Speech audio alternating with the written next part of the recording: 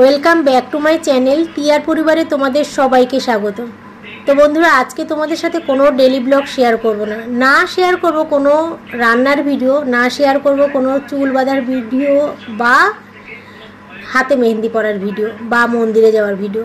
তো আজকে তোমাদের সাথে শেয়ার করছি আমাদের যে 2-3 দিন ধরে দুর্গতি চলছিল, সেইটাই তোমাদের সাথে শেয়ার করছি। তো 2-3 দিন ধরে কি হয়েছে, এটা কিন্তু আজকেরই ভিডিও, আজকে বৃহস্পতিবার। তো আজকের এই ভিডিও সদ্য ভিডিও তোমাদের সাথে সদ্য শেয়ার করছি। কালকে চলে যাবে, কালকে শুক্রবার। তো 2-3 দিন ধরে আমাদের টাইম কলে তো জল আছে কিনা সেটা জানি না, কারণ আমরা তো নিচে টাইম কলে জল নেই না, ট্যাঙ্কিতে জল ওঠে, সেই জলই খাই। তো দুপুরবেলা দেখছি 2-3 দিন আগে দুপুরবেলা স্নান করতে গেছি, দেখি জল নেই। এবার ভাবলাম যে হয়তো জল নেই, ট্যাঙ্কি খালি হয়ে গেছে, ওপরের যে ট্যাঙ্কি সেটা খালি হয়ে গেছে। তো এবার মোটর চালানো হলো, মোটর চালিয়ে দেখলাম যে জল উঠছে না। তখন ভাবলাম যে আমাদের মোটরটা খারাপ হয়ে গেছে। এবার সে যাই হোক চালিয়ে দেখলাম জল উঠছে না। তো বুঝলাম যে এবার নিচে গিয়ে দেখলাম, নিচে রিজার্ভার যেখানে জল জমা হয় সেখানে গিয়ে দেখলাম যে সেখানেই জল নেই। তো কি যে দুর্দশা সেই সময়টা কি বলবো। আর কি বলতো, যখন আমাদের জল থাকে তখন কিন্তু আমরা জলের কদর দিই না। চারিদিকে এত বৃষ্টি, চারিদিকে এত জল, অথচ বাড়িতে যে খাওয়ার জল সেই জলটা নেই। বৃষ্টির জলে থই করছে, অথচ খাওয়ার জল নেই, স্নানের জল নেই, বাথরুম পায়খানার জল নেই। তো জল মানে জীবন যে সেইটাই।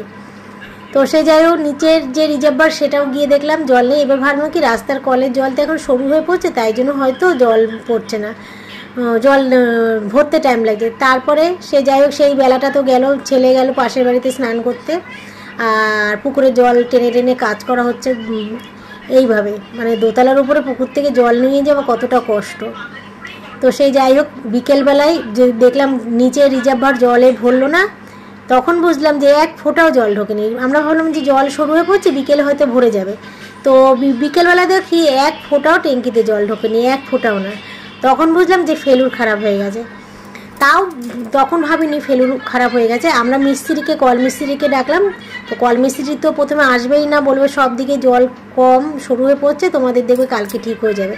তো সে জোর করে কল মিস্ত্রিকে ডাকা হলো, সে আসলো, এসে কল জমির যে ভেতরে সীমানার যে ভেতরে সেই কল ওয়াশ করলো, দেখলো জল আসছে না। তখন সে বলে গেল ফেলুর ওয়াশ করতে হবে। এবার ফেলুর ওয়াশ করতে গেলে তো কত ঝামেলা তোমরা জানো, যারা না জানো তারাও জানতে পারবে। প্রথমে বাড়ির ট্যাক্স দিতে লাগবে, প্রথমে তো অ্যাপ্লিকেশন করতে লাগবে।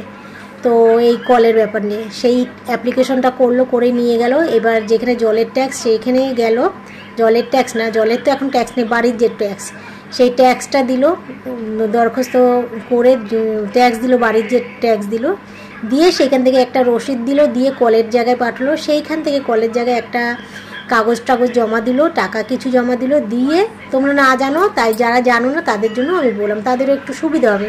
তো কলের ওখানে মিউনিসিপ্যালিটিতে যেতে হলো।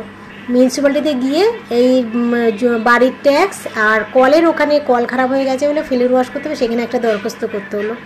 সেইখানে দরখাস্ত করে কিছু টাকা জমা নিল, নিয়ে বলল কালকে যাবে। তো কালকে বলতে এই যে কালকে বুধবারে গিয়েছিল, আর আজকে হচ্ছে বৃহস্পতিবার, কালকে যাবে বলতে আজকে এসে এই যে দেখো কলের ফেলুরটা পুরো খারাপ হয়ে গেছে, ফেলুর ঠিক করলো। তো জল এখন আসছে বর্তমান। তো খুব সমস্যার মধ্যে পড়েছিলাম।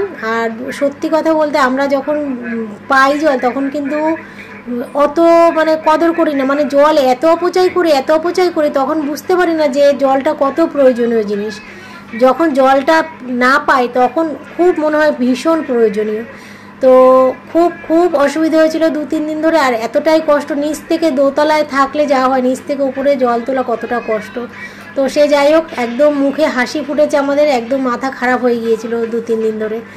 তো সংসারে কাজ সেরে আবার জল তুলে কাজ করা, সেটা তো কতটা কষ্ট তোমরা সবাই জানো।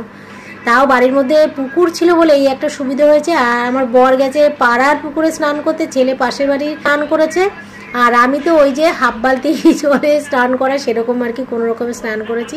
এরকমই হয়েছে, যারাও এই বাড়ি ও বাড়ি করেছে, মানে সবাই এই বাড়ি ও বাড়ি করেছি, করে দিনগুলো কেটেছে কোনো রকমে, কেটে আজকে এই যে জল কলের মিস্ত্রি এসে, মানে সরকারি, এটা কিন্তু পঞ্চায়েত অফিসের মিউনিসিপ্যালিটি থেকে লোক পাঠিয়েছে, তারা এসে ঠিক করে দিল।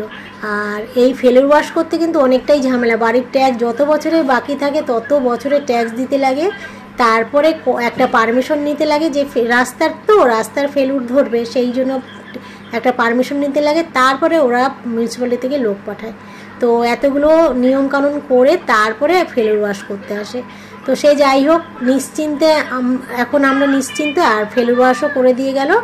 তো তোমাদের এই ব্যাপারটা জানানোর ছিল। আর তোমরা যারা জানো না, যাদের অনেকেরই তো এরকম হয়, তো এরকমভাবেই ফেলুর ওয়াশ করতে লাগে। তো চলো, এই ভিডিওটা আজকে এই পর্যন্ত। আর এই যে 2 ভাই এখানে দাঁড়িয়ে গল্প করছে।